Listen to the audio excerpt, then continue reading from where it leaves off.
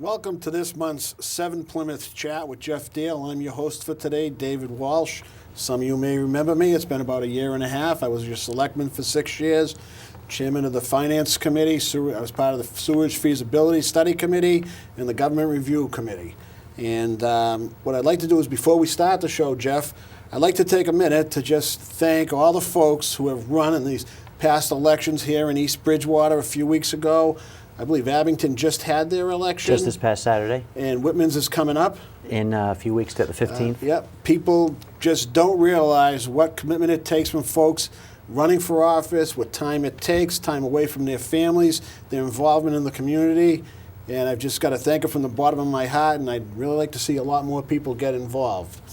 So, Geoff, would you like to add anything to that? Well, I just was out there as well for both election days. It was nice to see not only the people running for everything from assessor, board of health, constables, selectmen, obviously the school board, very important, especially in these tough times, but also the citizens, everybody coming in, taking the time out of their day to vote. It was great. And you also have the statewide candidates that were showing up. So really, I mean, I think everybody is taking elections this year pretty seriously, and it's good because it is important for people to get involved. You know, the one thing I always like to drive home, especially when I was a selectman and there were various elections going on, was to please, voters, get out and vote. It's your right. Well, it's not only your right, it's your duty. You know, these people are giving a lot of their time, energy, and effort into this to serving you. So please, even if it's, even if there's no competition, get out there and vote. I'd like to. I was just going to tack on to that. Last night was a school board meeting. I'm on the Whitman Finance Committee and I'm the liaison to the school board. I was at last night's school board meeting. Went for 3 hours. There were citizens there taking the time to get involved and see what they can do to help. So it's not just running for offices, right, but also coming out and seeing the boards and talking to them, because right now everybody's looking for solutions, and so the good ideas that are out there, the better. I used to love to see people in the audience. It was few and far between, but it was good. It was good. I'd like to actually take a few moments to talk about. I was going to go down a different track first this evening, but a lot of things have happened the past week. Okay. And some things that are near and dear to my heart. So I'd like to take a few minutes and chat about that before we actually talk about what's going on here in East Bridgewater, Abington, and Whitman. The House this week took a vote not to stop illegal immigrants from getting taxpayer-funded services. It really bothered me. I myself, I'm familiar with many situations with folks I've dealt with over the years. Somebody I know personally who has foster children.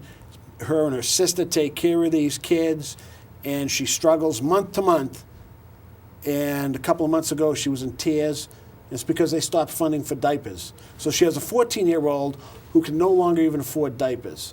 How can we afford not to fund things like that, yet fund taxpayers' money to illegal aliens?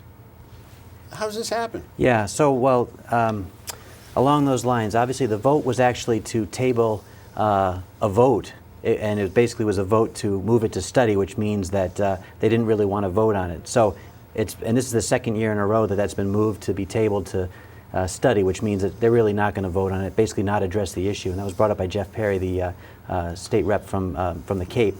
And I agree with you. I mean, we're all immigrants Yep. to begin with, but there is a legal process. So I just want to say that's obviously there are steps to take, and I've heard quite a bit of people who have come legally who are upset by the fact that benefits are being given for people who have sidestepped the system, and I agree wholly too that we've got way too many things to be taken care of right now. Again, I'll bring up education.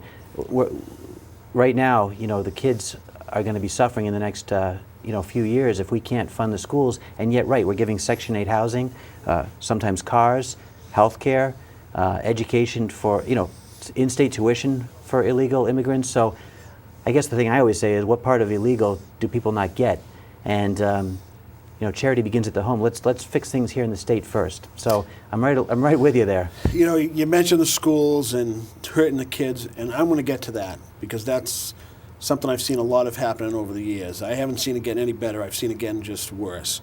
But before we go there, I'd like to also talk a little bit about, and people may or may not understand this, and I'd like to hear from you.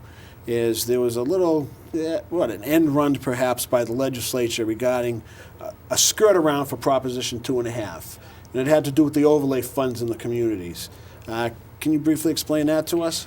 Yeah, I mean, just, to kind of go back in history, Proposition 2.5 was started almost 30 years ago, initiated by CLT, Citizens for Limited Taxation, and they were able to, miraculously pass something that protected the townspeople from having their local legislature, the towns, raise their taxes beyond a 2.5 levy limit without debt exclusions. But what's happened just this past week, and the vote was Monday, and it actually happened, I think, about a decade ago, 95, maybe not a decade ago, but about 5-6 years ago, they tried the same thing again. So, and I believe it's actually been tried a few times. Is they were going to try to change the overlay rules, where the town would be allowed. The overlay, by the way, is the 10% of your budget of your town revenue that's got to be held back, so that in case there's a dispute over taxes, the town can refund something. So there's 10%.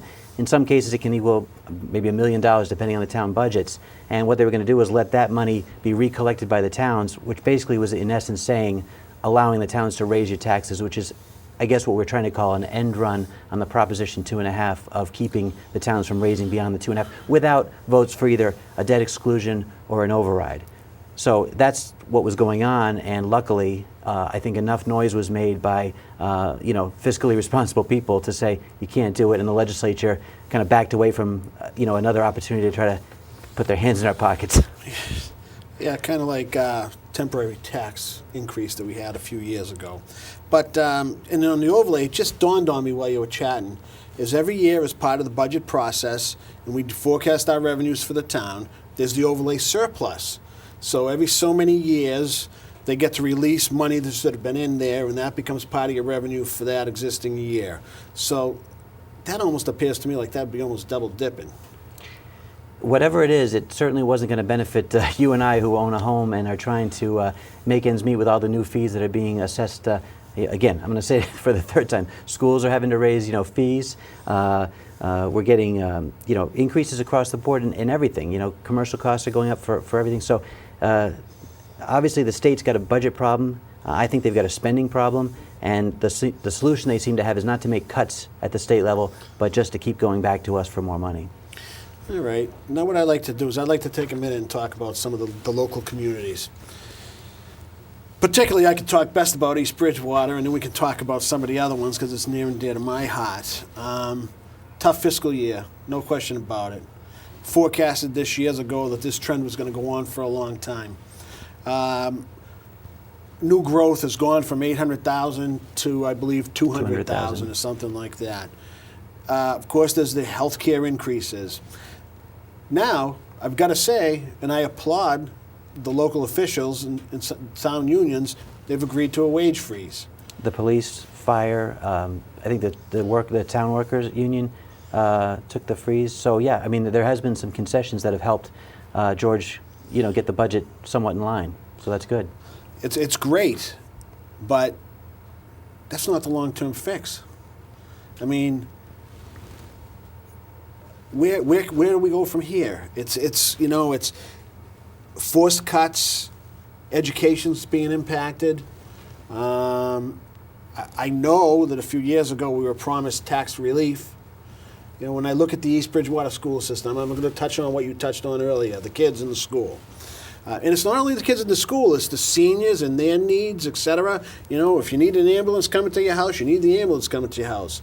But, you mentioned that it's going to get worse for the children. Well, I can tell you that while I was selectman, I've seen many programs cut from the schools.